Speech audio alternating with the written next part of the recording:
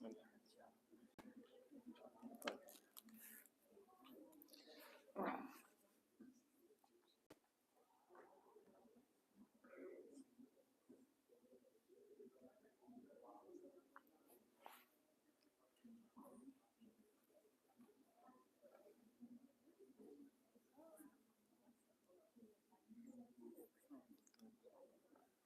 الله.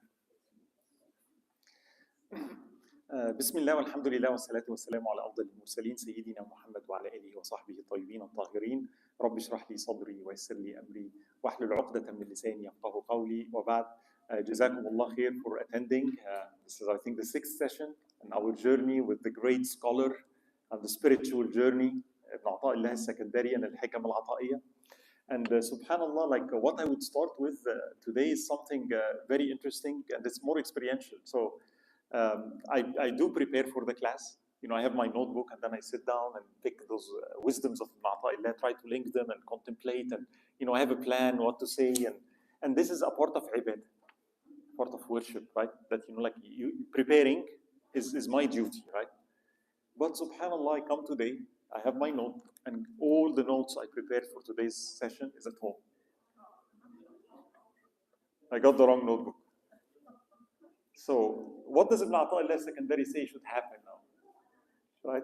So a human being, like if you're in my place, you're like, what will I do? Right? Like, and you start to what? Panic, right?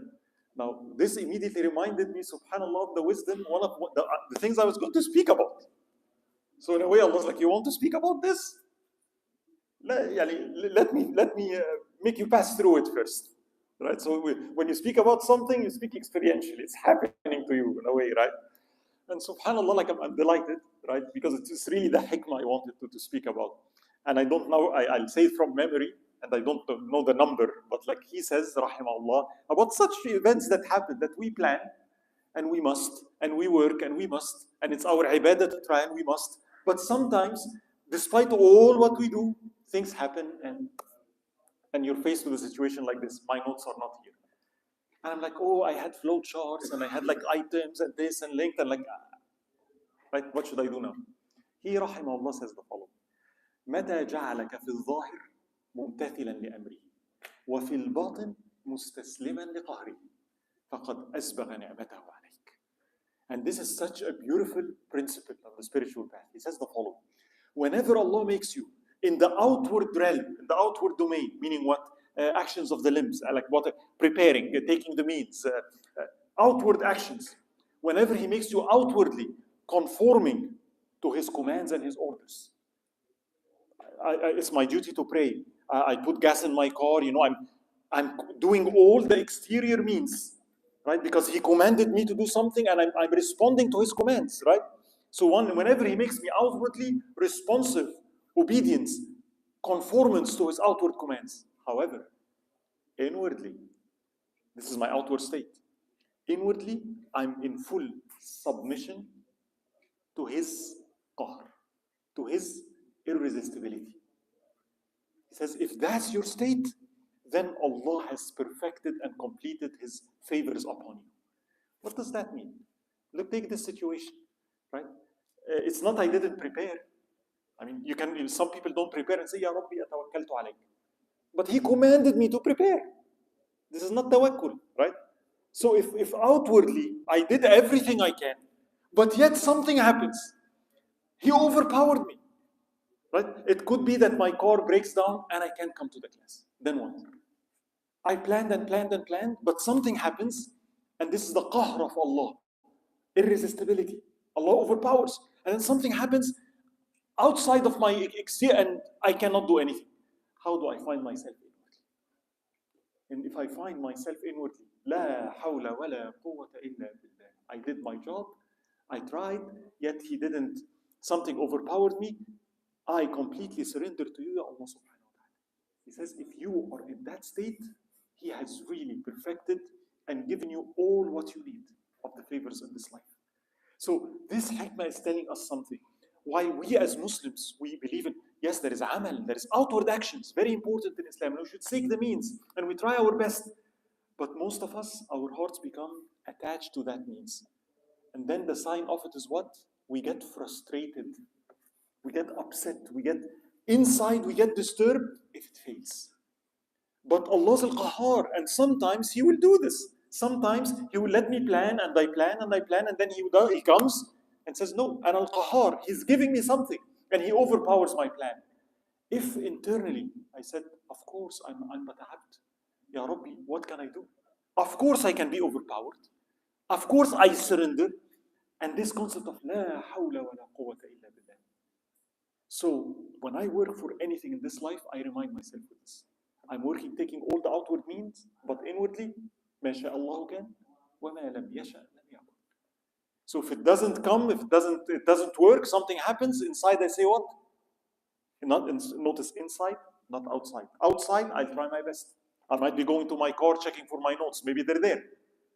But as I'm walking outside to do this, inside I'm telling myself what? ما شاء الله كان وما لم يشأ لم يكن. Whatever Allah wills will be. Whatever Allah wills will not be. لا حول ولا قوة إلا بالله. I surrender. If I find them, Ya Rabbi لك الحمد. If I don't find them, Ya Rabbi لك الحمد. And this is what we spoke about last time, where Ibn Ata'illah also says,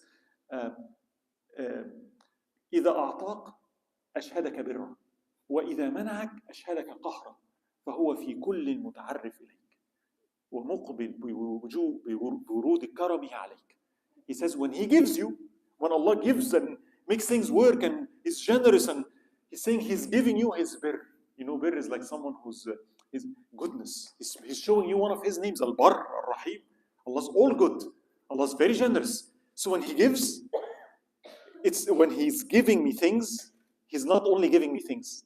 He's giving me things I like, but He's giving me something else. He's giving me knowledge of one of His names, Al-Barr Ar-Rahim. Through giving, I know Allah is what? The most generous, the most good, the most kind, right?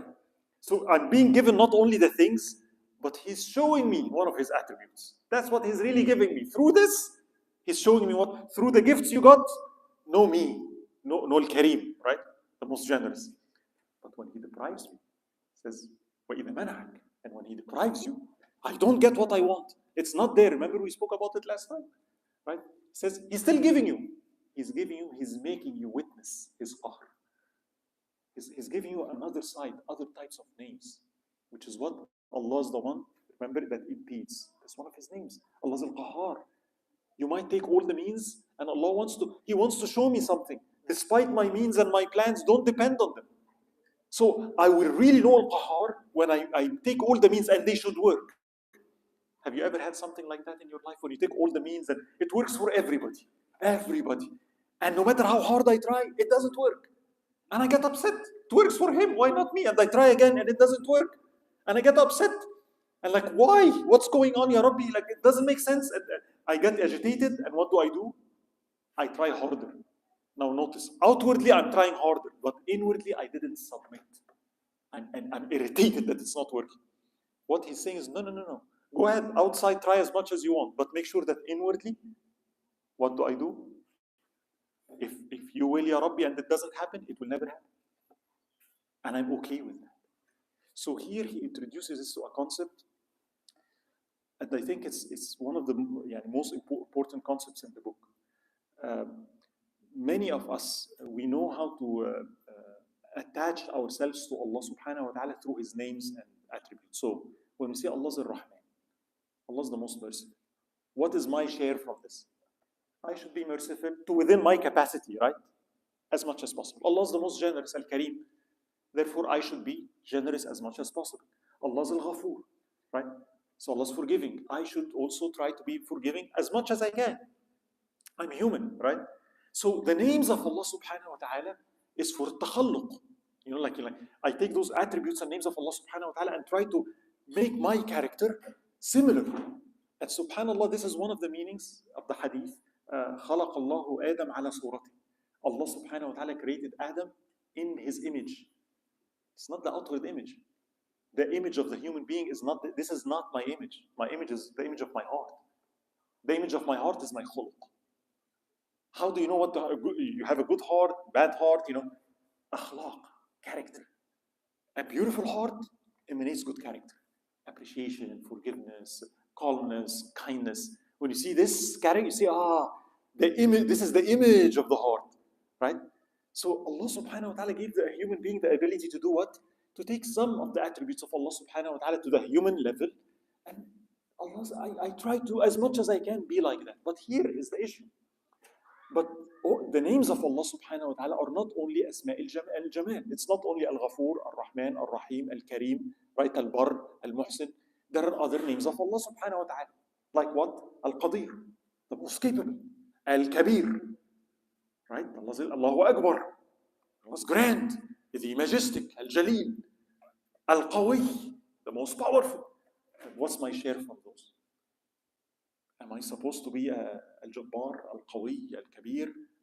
That's not befitting, you see. Allah through life will show me Al-Ghafur, will show me Al-Rahman.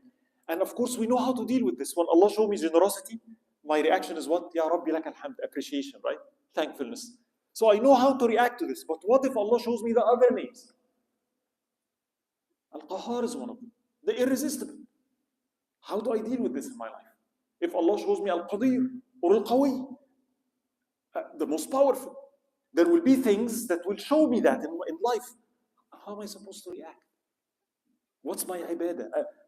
Is this for me to make my khuluq, my character like that? The answer is no.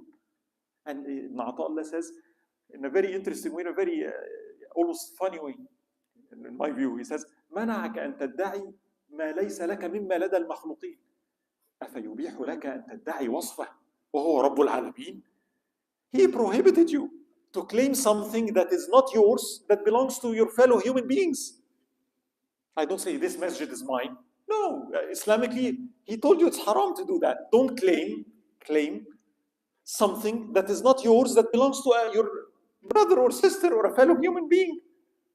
He says, the one that prohibited you from doing this, you think he will let you claim his attributes of majesty? And he's the Lord of the universe. You see the point? Allah's al-Kabir. That's not mine. This only belongs to him. Allah's al-Azim. This only belongs to him. I cannot claim that. How do I interact with those names? And this is the important part here. Things will happen in my life that Allah, because He wants to give those names, He will give them to me. Right? Now, what's my duty? How do I interact with those names? And this is the part that I think is crucial. He says, rahimahullah, in two hikmas, I'm joining them together. كن بأوصاف ربوبيته متعلقا وبأوصاف عبوديتك متحققا. This is the first part. When it comes to the attributes of lordship, I'm not the Lord. It's not my character. I didn't create the universe. I do not run the universe. I'm not the lawgiver. Some of us, that's what we want. I'm not the most powerful, the most capable. Those are arrogance. This is not befitting. He says, with those attributes of lordship, be attached. Ta'alluq is to be attached, to hang, to cling. Cling onto them. And with the attributes of your ubudiyyah, your servitude, that establish in yourself. That is what appears from you. What is he meaning? He now explains. He says, yes. With those attributes of lordship, attributes of majesty of Allah subhanahu wa ta'ala, here is the secret. When they come to your life, you face them with their opposite. What does that mean? Face them with their opposite. A certain situation happens in my life, and I see that people or some humiliate me, and I'm so weak, and I can't take because I'm weak, and I get so humiliated, and they make fun of me. Right? Of course, this is haram, it's not right. But let's say it happens. So Allah's showing me something. This is something that came in my life, and Allah subhanahu wa ta'ala is watching. And what do I do? What if Allah subhanahu wa ta'ala overpowers me and denies me something? Puts me in a situation that I'm sick, and I'm ill, and I'm running out of patience, and I feel a lot of pain. And I feel so weak. That's Allah. He's showing me my weak. What do I do? And He's showing me His strength. And He's showing me His qahr. Look, you human being, I can overpower you with a virus that you don't see. And it can make my life miserable. Right? What do I do? And here is what Ibn Ata'Allah secondary is saying. Two things. You cling to the attribute of majesty or lordship that He's showing. And you implement in the form of ibadah its opposite from you. How? He says the following. تحقق بضعفك يمدك بقوته. تحقق بعجزك يمدك بقدرته. تحقق بذلك يمدك بعزه. تحقق بفقرك يمدك بغناه. And Ibn Ata'Allah says there are basically four basic categories of those attributes of majesty, right? And he gives us what does he mean. He says the following. When things happen in life and they expose my weakness for me, what do? He says, تحقق بضعفك. Go to Allah and endorse your weakness in His, not in front of people. In front of people, that's something else. But because some of us, no, a believer is strong. A believer is patient. That's good. But Allah sees I ran out of patience. Allah sees that I'm weak. Allah sees that I'm broken. Don't pretend. He's breaking me. What happens when Allah wants to break me? What should I do? Resist? He's al-Qahar. You know what they tell you? Allah wants to break me. What should I do? He said, break. Break. Break in His hands. And He'll fix you. Do the opposite. So He says what? If you see a situation that al-Qawi, Allah is the most powerful, and I'm placed in a position where I see I'm so weak, a small illness, and my hand is broken and I'm crying and the pain is unbearable and I feel like I can't take it, because those things happen in life, right? And if that's my reality, this is how I'm feeling inwardly, and I start to do no, I'm strong. It was sent to you to expose my weakness. What does Allah want? Allah wants me to go to Him and say what? Ya Qawi, man lil-da'if su'ak. Oh, most powerful. Who is for the weak but you? See what I'm saying? I'm clinging. You're the most powerful. That's I'm attaching myself to that attribute because I'm not this way. And then I'm endorsing what? What's new? I'm always weak. I've been always weak. Always weak. Today I'm sitting in front of you. This is my nature is weakness. But this is a favors of Allah that He bestows on me some form of strength. So if He takes it away, I would say what? You return me to my description. I'm the most weak. I endorse that. I accept that. That's me. I'm the most weak. But who is for the most weak but the most powerful? I'm the abd and you are Allah. But I'm Abdullah.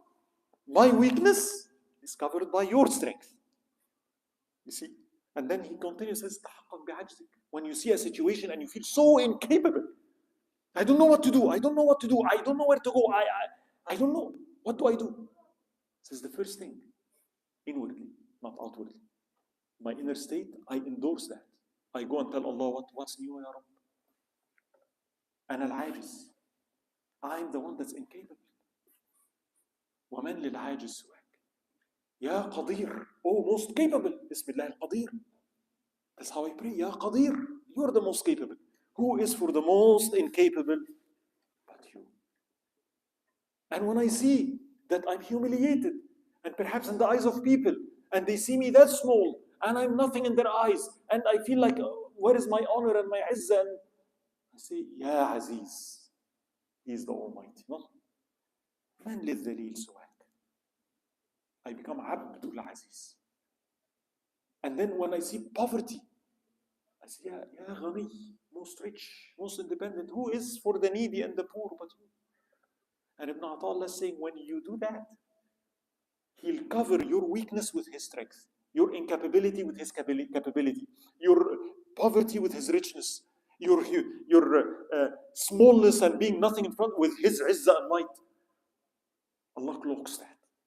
So if Allah exposes me in life in something like that, the first thing I do, if you wanted to switch, and subhanAllah, it's really true, when Allah, He exposes me to something, and I'm al-Qahhar, I'm the most powerful, He's telling me that. I'd say, khalas, and I'm the most weak, and I surrender.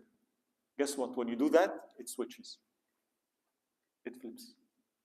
But when you resist, when I resist, and I'm saying, I want you to know who you are. I want this ibadah from you. And I want you to know that I'm the Almighty. No, Ya Rabbi, I'll resist. No, you can't. You can't. You see what it's like? No. Submit, surrender inwardly. So sometimes inwardly we think either it is wrong that a believer should not be weak. That's outwardly.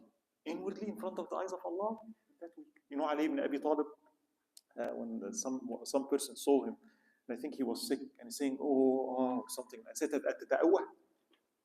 Ali ibn Abi Talib is the most brave, strong. He says, what, you're displaying your weakness over such a small disease? And he says, أَنَا لَا أَجْرَ عَلَى اللَّهِ. I don't attempt to be brave and strong in front of Allah. That's in front of you guys. In front of Allah, I'm the most weak. I don't. I accept who I am. Right? And it's a lot of serenity and peace when I finally accept myself for who I am. I'm not Allah. But it doesn't mean that, therefore, am I nothing? Am I weak? No, because I'm abdu of Allah. Abdullah, Allah covers me with His attributes. And therefore, I can be the most honorable person outside. But I always remember what we said? It's the cloak of Allah on me. It's just Allah's putting His attributes on me. So when He does that, a believer becomes the most powerful. Why? Because when I submit to Allah with this, Allah covers me with His strength. Then when I do something, it's not me, it's Allah's strength, not mine. The secret to get this is to tell Allah, I am not strong. Cover me with your strength. When I don't know what to do in life, left or right, and situations happen in life. Remember, Allah puts me in those situations and I'm very confused. And usually we get very agitated. And then what do? We rush to analysis. And of course, Salat al-Istikhara with the purpose of to find which way to go. And pros and cons and pros. And Allah's like, no. What is Allah showing? Of the rububiyyah of Allah, lordship of Allah. Only Allah's al-Hadi. I can't guide myself. So if I go and say, Ya Rabbi, of course. Since when can I guide myself? Man lid-dal suwak, Ya Hadi. Oh, you are the source of guidance. Who can guide but you? Leave me and I'll be misguided. Don't leave me to myself. Cover me with your guidance. When Allah sees me doing that, He gives. So resisting the attributes of lordship inwardly, not outwardly, is not the path. Outwardly, I conform with His commands. I do what He tells me, no matter what. I don't give up. But inwardly, مَا شَاءَ اللَّهُ كَانَ وَمَا لَمْ يَشَأْ لَمْ يَكُنْ. When things like this happen, opening happens in His life. And Allah subhanahu wa ta'ala bestows on the servant some, not necessarily by overpowering the enemy. He gives the person inner strength that no matter what's happened in the domain of the outside, I might not win, but inside you find such strength and resilience. You wonder, how is this person this way? It's not him, it's Allah subhanahu wa ta'ala. Right? Having said that, those gifts that now Allah will bestow on the servant, on the path to Allah subhanahu wa ta'ala. Remember, we said there is ata and there is mana. Now, Ibn Ata'Allah speaks about, and it's very beautiful. On the path to Allah, it's not always hardship. No. Allah subhanahu wa ta'ala sometimes gives. And gives things that are almost miraculous. Have you ever had an experience in your life that you say, oh, I can't believe Allah did this, right? Have you ever had an experience, an opening, spiritually, something happened and you say, and sometimes it's a feeling, sometimes it's an understanding, sometimes it's a situation, sometimes and you see like, this is not from me, this is something that came upon me, this is just a beautiful gift. And He speaks about those. When do those happen? What does Allah intend from them? And more importantly, how should I deal with them? And this is a very important concept. So we call this al-warid. In their terminology, there is wird and warid. Wird is a regular act of obedience that I'm doing for Allah subhanahu wa ta'ala. This is from me to Him. So for example, every day I recite half a juz. Every day I say subhanallah wa bihamdih 500 times. That's my wird. Every day I'm doing this, right? It's the duty. I'm performing that, right? But from Him to me is warid. Warid is those gifts that comes onto me. When wind blows and the ship puts the sail and the wind takes it, and you don't have to exert any effort, right? This is a warid. So on the spiritual journey, I'm rowing. I'm riding this boat and rowing, and the sea is rough, and I'm sweating, and sometimes a breeze comes. And when this breeze comes, you put your shirah, the sail, and what happens? Sit back and it takes you. Right? This breeze, sometimes spiritual, sometimes materialistic. Allah subhanahu wa ta'ala gives, right? Which is called al-warid. Now, Ibn Ata'Allah secondary wants to describe what is this warid? When does it happen?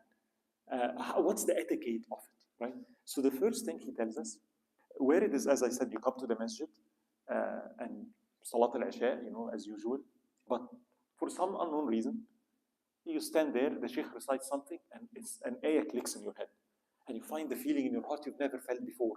And then you start crying, and you start being moved. You say, what happened? That was so beautiful. What was that? I like that. That's so. I want to keep that. This is a gift, right? When I'm around the Kaaba and then in Umrah, and then all of a sudden a clearing happens, and I find myself in front of the black stone, and I just kiss it, and I feel Allah's like, look what Allah did for me. Look at this, right? I'm so happy, and I feel something in my heart, and my dua, and some words come to my head. I don't know where they came from, and I make dua, and this was so good. Experiential, right? Those were there that we all love and seek, and they come from Allah subhanahu wa ta'ala. First thing that he says, قلما تأتي الواردات الإلهية إلا فجأة كي لا يدعيها أحد من العباد ولا ينادى عليها بلسان الافتخار. He says, rarely do those gifts of Allah subhanahu wa ta'ala come, those beautiful gifts that we all want and yearn for, and right? Rarely do they come except all of a sudden, without any preparation. It's not based on I did something and then I got. You didn't expect it. It happens, as I said, in one salah. Maybe I was walking on the beach. Maybe I was reading. I opened the Quran, or I opened my email and I listened to a lecture, or maybe a lecture like this, and the speaker says something and something moves in my heart. I didn't expect that. I wasn't even prepared for that, right? And he says, rarely will those gifts of Allah come after you have prepared for them. Meaning what? Because sometimes, okay, what happened? Why did I feel this way? Well, it was Salat al-Isha, and I was in the front row, and the Sheikh was reciting, and it was Sheikh Muhammad. So I want to feel this. What should I do? Tomorrow, I'm going to come to Salat al-Isha, stand in the first row behind Sheikh Muhammad. Guess what? It doesn't happen. Maybe was it? Maybe I was listening to a lecture before I come. Let me listen to a lecture. You see, I'm trying to put myself in the mood. So what? So that where it can come, right? And Ibn Attallah secondary, no. It doesn't. It will rarely ever that it comes after you have prepared. It usually comes when you're completely unprepared, haven't done anything special. It just comes with no announcements, out of nowhere, and you don't know why it happened now. Why now? Why today? What was special about today? It comes faj'ah. Now, why does Allah do this? كَيْ لَا يَدَّعِيَهَا أَحَدٌ مِنَ الْعِبَادِ. So that no one of the servants of Allah subhanahu wa ta'ala would claim it, or start to outwardly broadcast it with like, look at what I gained. So the first thing that we learn about al-warid is what, and we'll see why Allah does this, is that it is from Him to me. And Allah wants it to be known, this is a favor. This is not based on anything you did. This is, it's a gift. You didn't earn it. It's grace. So therefore, I will only give it to you when you have not prepared anything. Maybe you're doing wrong things even, and it still comes. And the reason is, because if it comes only after you prepare, we will say what cause and effect, and I'll start, I did this, and he says, no. Never, ever. If a word comes to me, never claim. I never claim. This is a gift. It's not I did something, or it doesn't mean, but look, Allah, when we go around the Kaaba, and like sometimes people would kiss the black stone, and the first thing they do is what? Look what Allah gave me. Don't do that. You see the point? This was a gift. It was not supposed to, because what I'm trying to say, you know what? It's inwardly in me. I'm trying to tell people what? I'm special. I'm special. Look at me. I'm special in the eyes of Allah. This is what I'm trying to do. Look, He made me do this. He made me do. But there's a difference between Allah is the most generous, and He gave versus I am special, and because I am special, He gave me. Look at me. No, that's claims. You claim speciality. When we make a claim, we get tested. If I claim something, I get tested. If I claim I would never do this, brother, I don't smoke. It's beneath me. That's a claim. Yeah, alhamdulillah, you don't smoke. It's only because Allah's grace on me. But if I say it with that attitude that this is beneath me, I just made a claim. And Allah said, really? Let's see if that's true or not. Let me show you. Let's test that claim. See, so it's very dangerous. But when a word comes to me, the first thing is what? It comes all of a sudden, and I know why. Because it's a gift. It's the grace of Allah. And that's how I'm happy with, Ya Rabbi lakal hamd. You give. You give. It's all yours. It's not because of anything in me. It's your generosity. This is how I should face it. Right? So the first thing, when the word comes, I do not claim. I do not start speaking about it. Right? And he says in another hikmah, لا ينبغي للمريد أن يعبر عن وارداته فإن ذلك مما يقلل عملها في قلبه ويمنعه الصدق مع ربه. A seeker of Allah, whenever something like that happens to him, should not be in a hurry to tell everybody else. You know, yesterday, oh, this happened, and yesterday, Allah, yesterday. Don't. Why? Because that will weaken its effect in your own heart. If you want this gift of Allah to really work its wonders in your heart, keep quiet. Allah showed me some. Don't be in a hurry. Just wait. The time will come. Later, not now. Just be quiet. Let it be. Guard it. Don't tell others about it. Let it stay in your heart. Let it do its thing in your heart. Let it be between you and your Lord. Don't be hasty to tell people. Right? Of course, it's different if you're encouraging others or you're teaching, and it has its own, right? But we know spiritually that sometimes we're so eager to speak about it. Don't do that. Don't do that, right? Even for speakers, some of them, like, they would not tell you except after 20 years, 30 years. They have just kept it for themselves. And some, they never tell at all. And by the way, those people, when they tell, they never tell you it happened to them. Sometimes Allah does this. And if you understand who they are, like, say, I know he's speaking about himself. But he doesn't ever tell you that. Right? So, be on guard of what? The hastiness to share, it's because of two things. Either I'm so happy with Allah, and sometimes I want to show that I'm special. In both cases, just be too eager to do this, and the effect of the word on the heart is lost. Right? So he's saying, take your time. Don't speak. Don't be hasty. Let it be. Let it stay. Now he says something else, which is a very beautiful analogy about al-warid, because I think this is so important. It's perhaps among what he mentions about the waridat, I like this one the most, because it's an analogy, right? He says the second thing that to be careful with. لا تزكين وارد لا تعلم ثمرته فليس المراد من السحابة الإمطار ولكن المراد من السحابة وجود الإثمار. When a warid like this happens, right? And mashallah, something happened, and لا تزكين, don't brag, and tazkiyah, not tazkiyah, tazkiyah is like when something grows. When somebody comes and says, oh, that person, he's good, he's great, he's this, he's that, says, لا تزكين وارد لا تعلم ثمرته. If a warid comes to you, and you saw that I stood in salah, and mashallah, I was in tears, and this is beautiful, khashya and khushu' and beautiful things. I attended a lecture and my heart moved. The feelings, which we all love. We love to feel things. And those feelings are there, and they're so beautiful. And tears and emotions and the state, the hal. Don't be in a hurry to brag or describe that this state is a good one. You don't know yet. You don't know yet. He says, do not start bragging and saying this was good before you see the fruits of the warid. So there is the state, the experience, the things that I feel and I get, and this is beautiful. He says but there is what? The consequences of that. And he gives an example about this. He says, فَلَيْسَ الْمُرَادْ مِنَ السَّحَابَ الْإِمْطَارِ. He says, rain clouds. When a rain cloud comes and it rains, and of course rain for us is like, so, mashallah, it's beautiful. And it's like, imagine the rains of my tears, right? The state, it's raining, and it's so beautiful, and there is water coming down, and it's nice, right? It says, the purpose of the rain cloud, the purpose of the warid, the gift, which is the rain cloud here, was not the rain. Rain was not intended as of itself. A rain cloud comes, it rained. Why did it rain? It says the purpose of a rain cloud is that it rains, and what happens? A week later, what vegetations did grow?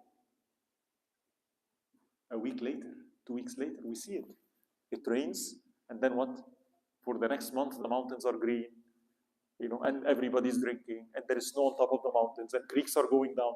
Where is the rain cloud that developed? It's gone, long gone. But it's what? It's athar. See that?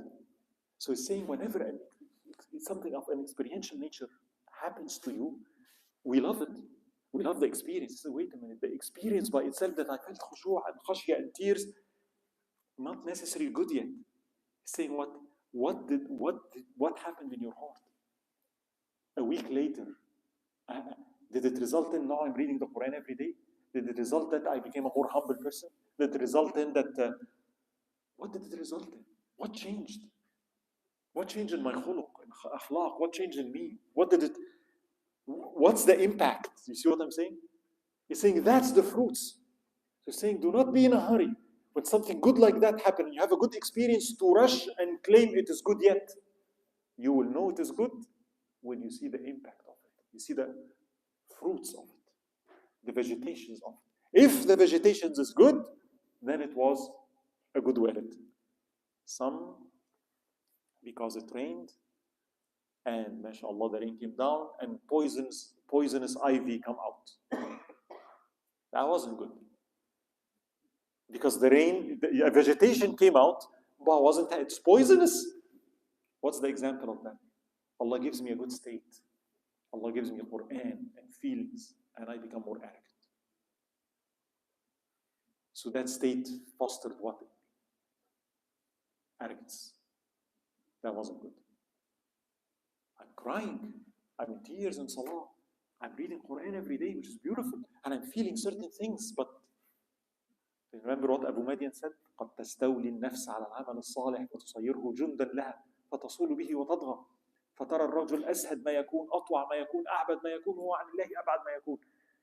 Abu Madian, by the way, some say that this is one of the teachers from which the teachers of Ibn Ata'illah secondary learned, right? So there is a common link. And he says, sometimes good things, you do good things. Pray and khushu' and, mashallah, good, all good. Saying, and I was sincere, I wasn't showing off, I was by myself. Right? I'm not showing off. And I felt certain things and, mashallah, good. He says, oh, be careful. The nafs, the ego, can jump after you did good deeds. And it takes over the good deed. And then it starts to brag with it. وَتَضْغَى. Meaning what?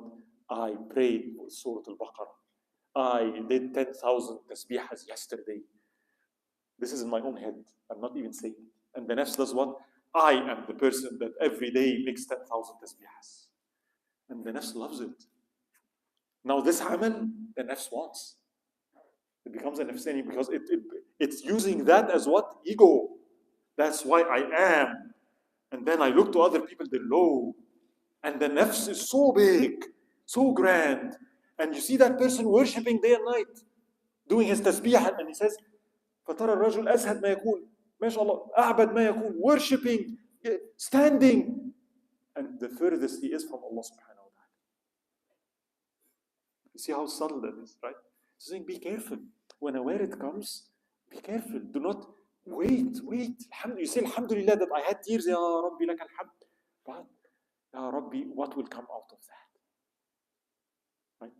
I need to use that. He'll speak about this. If it doesn't push me to do something, it's like a rain cloud. Came, it rained, the rain cloud went, and nothing came out of the ground. You know the desert?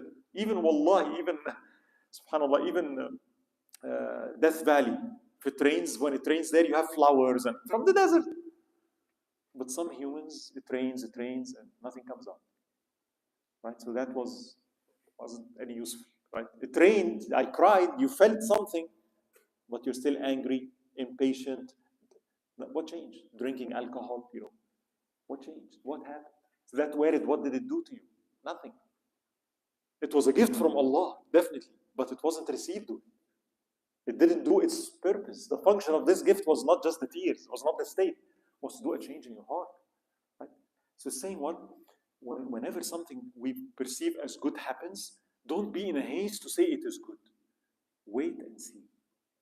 Wait and see what happens before declaring this is good or this is bad. Right? Now, what is then the purpose of the warid? He says it in two of them. He says, إنما أورد عليك الوارد لتكون به عليه واردا. أورد عليك الوارد ليتسلمك من يد الأغيار ويحررك من رق الآثار. أورد عليك الوارد ليخرجك من سجن وجودك إلى فضاء شهودك. The purpose of those gifts of Allah subhanahu wa ta'ala. And there is 3 levels, right? So sometimes a human being is living in the life of this world, and the first state is ghafla, meaning what? I'm a believer. My dad was a Muslim. I pray, I fast, but I'm not really into. I'm not aware. I'm not aware of my heart. I'm not aware of the spiritual states. I'm not aware of what it does it mean to be insight of Allah's attributes. Those beautiful, wonderful. I have never had those before. So I'm living life fully immersed in it, and just doing my minimum Islamically and continuing. Allah wants to wake me up.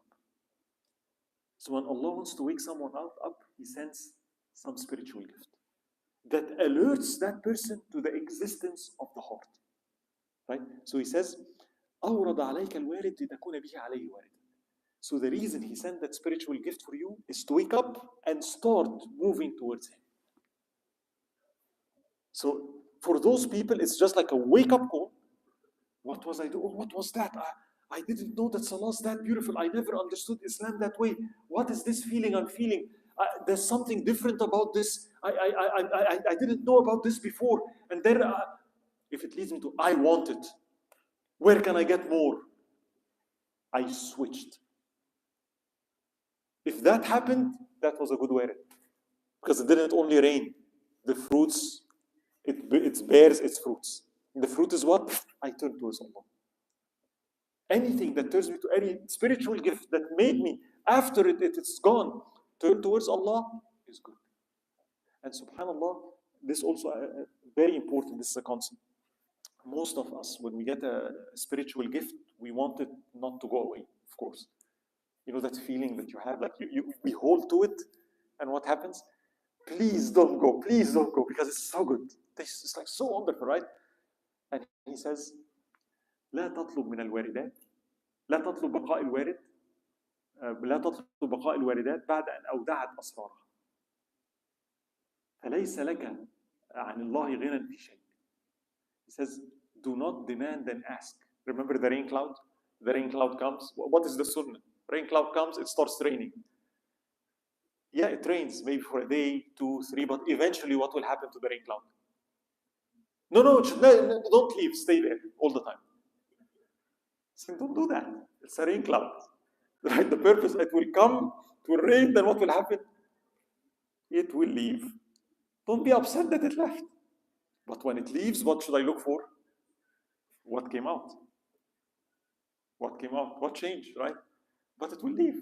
Saying those spiritual experiences that happens, beautiful as they are, don't demand and be like, look, I never want them to leave. They will leave. This is the way they're designed. Why? Because Allah does not want you to find sufficiency in anything but Him. If it stays there and you feel that all the time, you will stop and you will sit. If Salah causes me to be in that state all the time, I will never leave Salah. Which looks good. But I'm there because of what? The state. That's not Allah. This is from Allah. And when you get too attached to it, Allah does no. You don't attach it. It leaves only me. So I'll take it away. Lest you get too attached to it, and which happens. And then we sit and we don't want to move. Because it's so beautiful. I don't want to do anything else. But Allah wants me to do other things. And Allah wants me to attach to Him. So rain clouds will leave. Right? But if it left, and I don't feel the same feeling, how can I get it back? What was that about? That was about Allah. Oh, I tasted something about what Allah is. And if that's Jannah, then I want to be in Jannah because that's where this is all the time. Therefore, it's not about that. It's about what? I understand what it's like to be in Jannah now. I want Jannah. That's the fruit. Right? And I'll start working, and some people will work for years to get just a glimpse of 10 seconds of this again. It's so sweet. And we know that if I don't get it in this life, now I realize what I was missing. And I'm alert. I do have something called the spiritual heart, and I've seen a glimpse of what it means to have a living heart. And now I'm not going to desist. I want it, Ya Rabbi, please, Ya Rabbi, please, Ya Rabbi, please, for the next 30 years. If that happens, this was a good way. Because I turned to Allah subhanahu wa ta'ala.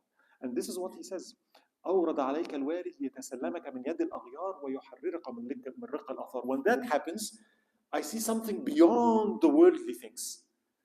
My aspirations and my goals and my happiness is no longer in those things are still good, but there is things beyond. Things beyond. I'm not enslaved by them because I want something higher than them. He frees me from being a servant of created things. So if a word results in this, results to me that I'm alert to the presence of the holy and the afterlife, and therefore this life is limited and I'm free from the shackles of this life because there is its duty. The fruits of the word has been retained by me. And that's a good word. Right? So, this is some of the things that he says about the waridat. He says one other thing, which I'll say quickly. To know about the nature of الوارد. He says الوارد يأتي من حضرة قهار لأجل ذلك لا يصادمه شيء إلا دمغه. And this is very true. He says the waridat, those favors of Allah subhanahu wa ta'ala, comes from al-qahar, the irresistible. And therefore, nothing can stand against him. What is he alluding to? Sometimes we're struggling and it looks like, we're blocked and things are so difficult in life. But when Allah gives one of those waridat to his servant, the warid is coming from al-qahar. So when it's bestowed on a person, he becomes like a Superman. Nothing stands against him. The nafs, shaitan, other people, it gives such a strength.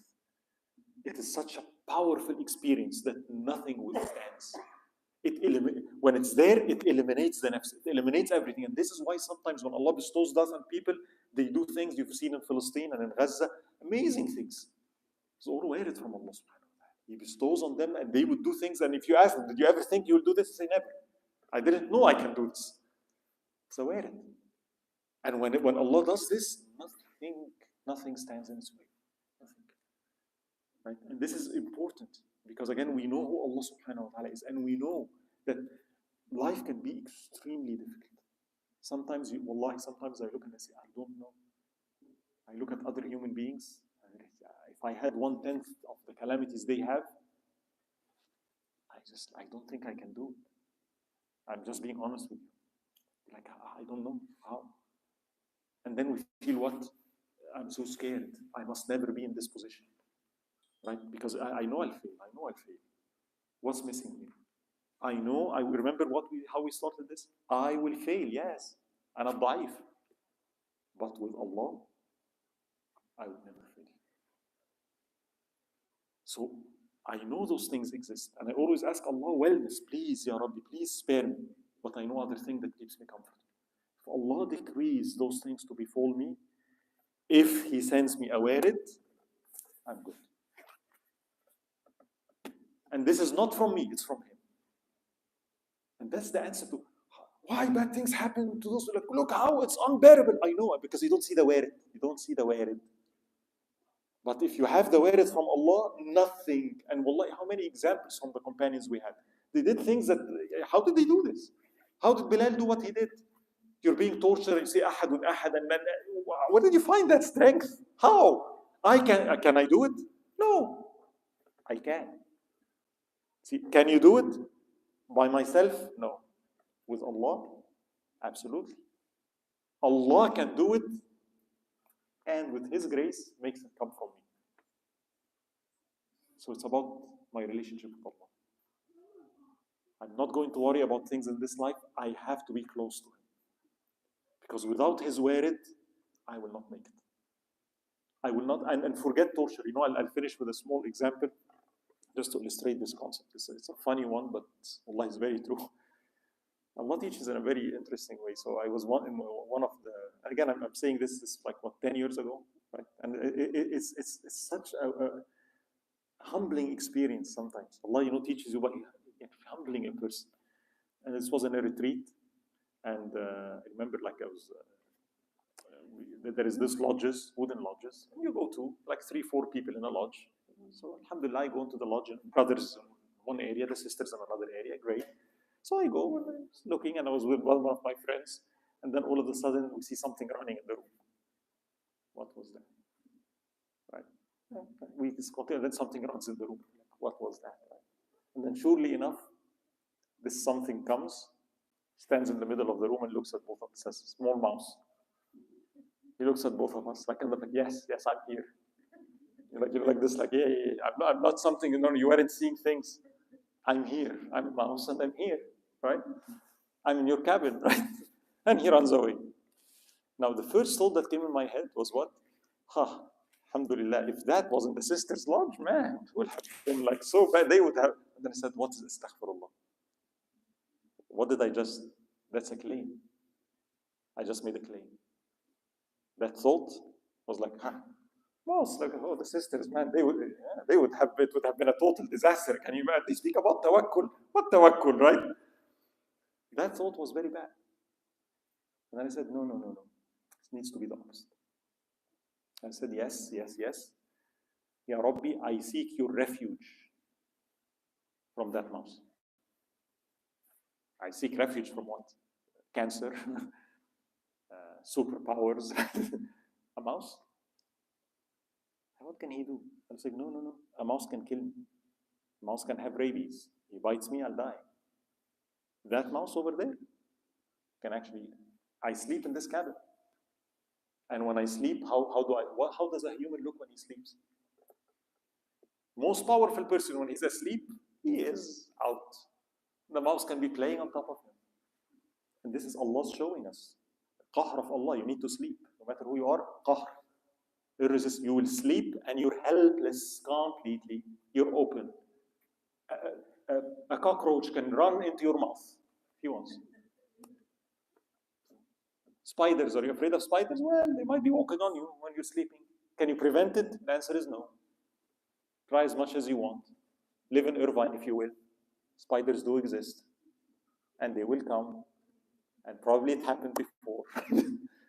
I'm not scared. It's facts. It's unless Allah's teaching, look, what are you going to do? You're weak. So I said, okay, I need to seek refuge, from Allah subhanahu wa ta'ala and really, inside. This is not a good thought, that I should be more, right? And yes, this mouse can actually do something bad too. And I'm so weak in front of that mouse. And without the help of Allah, I can do nothing to it. At all. I'm helpless against this small mouse. Anyway, interesting, throughout the retreat, we find him here and there. He actually took one of our kufis when we were sleeping. And that was an interesting story, right? And one of the brothers left cheese for him outside. And he was trying to appease him to go out and things. We had a story. And then, khalas, alhamdulillah, the retreat ends. And we're packing to leave. And I still remember it. And I'm taking my bag now, taking the bag and packing back my clothes. And I open the bag. The guy is inside, right? For the 10 days, he's living in my backpack. And he got his food and stuff. He made a home for himself inside my... I was like, la hawla. And I looked at my pajama pants, holes in it. I destroyed all my clothes, right? He's having a fun time there for the 10 days. And look what Allah's teaching. That mouse, look what he did to you. All your precious thing gone, right? Destroyed all of them. Mouse, right? I was like, khalas, la hawla wa la quwwata illa. I take the backpack and go outside and just, he jumps out and runs. And then before I come, a second one, a third one, 4, 5, 11 of them. Of course, one of the most funniest things, the suwak. You know what I'm speaking about, So I was putting it beside my bed, and every day in the morning, you look to the suwak, and what happened? The mouse nibbles. And my friend said, yeah, he's following the Prophet sallallahu alaihi wasallam. He's following the sunnah. He's using the suwak, and then he leaves every day. He would use the suwak, and what was the point of that? What is Allah showing? I'm helpless. That mouse that you thought you can look, all your clothes are gone. It's not 1, 11 of them. He lived in your luggage. I can do nothing about it. When you see it this way, this is awareness. This experience is in itself, because it resulted in what? Now I realize I'm not shocked. When I'm afraid from something small, I don't beat myself up. I don't say, how come? Man, I shouldn't be this way. No, of course. Ya Rabbi, I'm weaker than this. I'm weaker. Inside, I'm very weak. I need your help. It's your attributes that covers me. And it doesn't take a mouse to remind me of how weak I am. I am weak. And there is nothing wrong in telling Allah, I'm weak. You cover me with your strength. And that's the essence of it. That's why I find peace.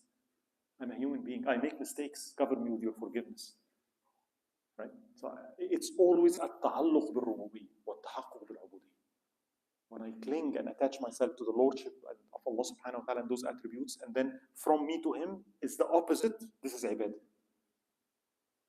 And I'm not beating myself, because my hope is in Allah, Allah's al-Kareem. And if he cloaks me, I'm by his cloak, I'm something else. Right? And this is exactly, I'll finish with that hikmah. He says, لا تفرغ مدائحك إذا خلق ونسب إليك ولا تفرغ مذامك إذا أرجعك إليك. Your praiseworthy traits will be uncountable, numerous. If he creates and he takes from him and covers you with that. It's not you, it's him. He's just covering you. He says people will say all good things about you. And it's actually him. And he says once he removes that and leaves you to yourself, your vices will be numerous, uncountable. So it's a reality that. Ya Rabbi, I just cling to his attributes and affirm my attributes of Ubudiyya. When that happens, the balance of Abdullah happens for a servant and a seeker of Allah subhanahu wa ta'ala. And I'll stop here, inshallah. Jazakumullah khair. Next week I'll be traveling, so there will be no session next week, and maybe we'll have one the week after that, inshallah. سبحانك اللهم وبحمدك لا إله إلا أنت نستغفرك ونتوب إليك والعصر إن الإنسان لفي خسر إلا الذين آمنوا وعملوا الصالحات وتواصوا بالحق وتواصوا بالصبر جزاكم الله خير